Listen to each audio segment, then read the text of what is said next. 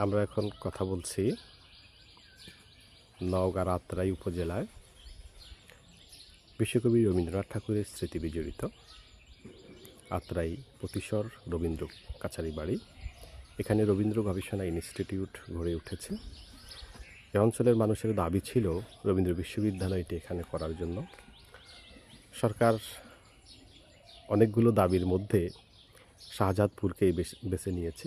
কুষ্টিয়া রবীন্দ্র কাছারি বাড়ি শিলাইদহ সেখানেও দাবি ছিল, এই অঞ্চলেরও দাবি ছিল, কিন্তু এখানে নওগাঁ বিশ্ববিদ্যালয় হয়েছে।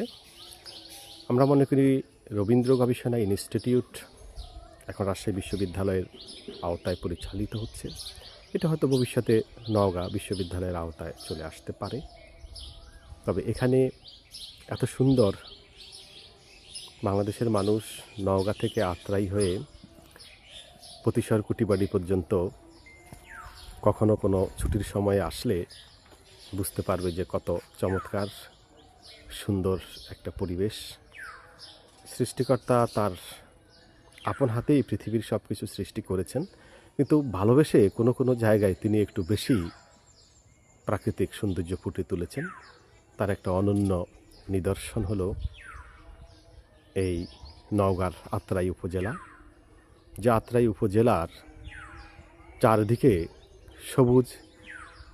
আমরা দেখতে পাচ্ছি সবুজের সমারোহ, কিন্তু আমি আজকে দেখি সবুজ সাগর, যে সাগরের সবুজের সজীবতা এতটাই বেশি, আমরা সমুদ্র তীরে দাঁড়ালে চারদিকে যেমন দেখতে পাই অথই জল, এর কোনো কিনারা নেই, কোনো এক প্রান্তে মিলে গেছে দিগন্ত, ঠিক তেমনি এখানে সবুজের শেষ নেই। যতদূর চোখ যাবে তার শেষ প্রান্তে দিগন্ত মিলেছে, তো সবুজ শেষ হয়নি। এমনি একটি পরিবেশ আমরা এখন দেখতে পাচ্ছি রবীন্দ্র কুটিবাড়ি। যেই রবীন্দ্র কুটিবাড়ি, এখানে রবীন্দ্রনাথের স্মৃতি বিজড়িত। এ হলো রবীন্দ্র সরোবর। সরোবর মানে একটা জলাশয়কে বোঝানো হয়। আপনারা দেখতে পাচ্ছেন, এটাই হলো রবীন্দ্র সরোবর। রবীন্দ্রনাথ ঠাকুরের স্মৃতি রয়েছে সেই রবীন্দ্র ভাস্কর্য।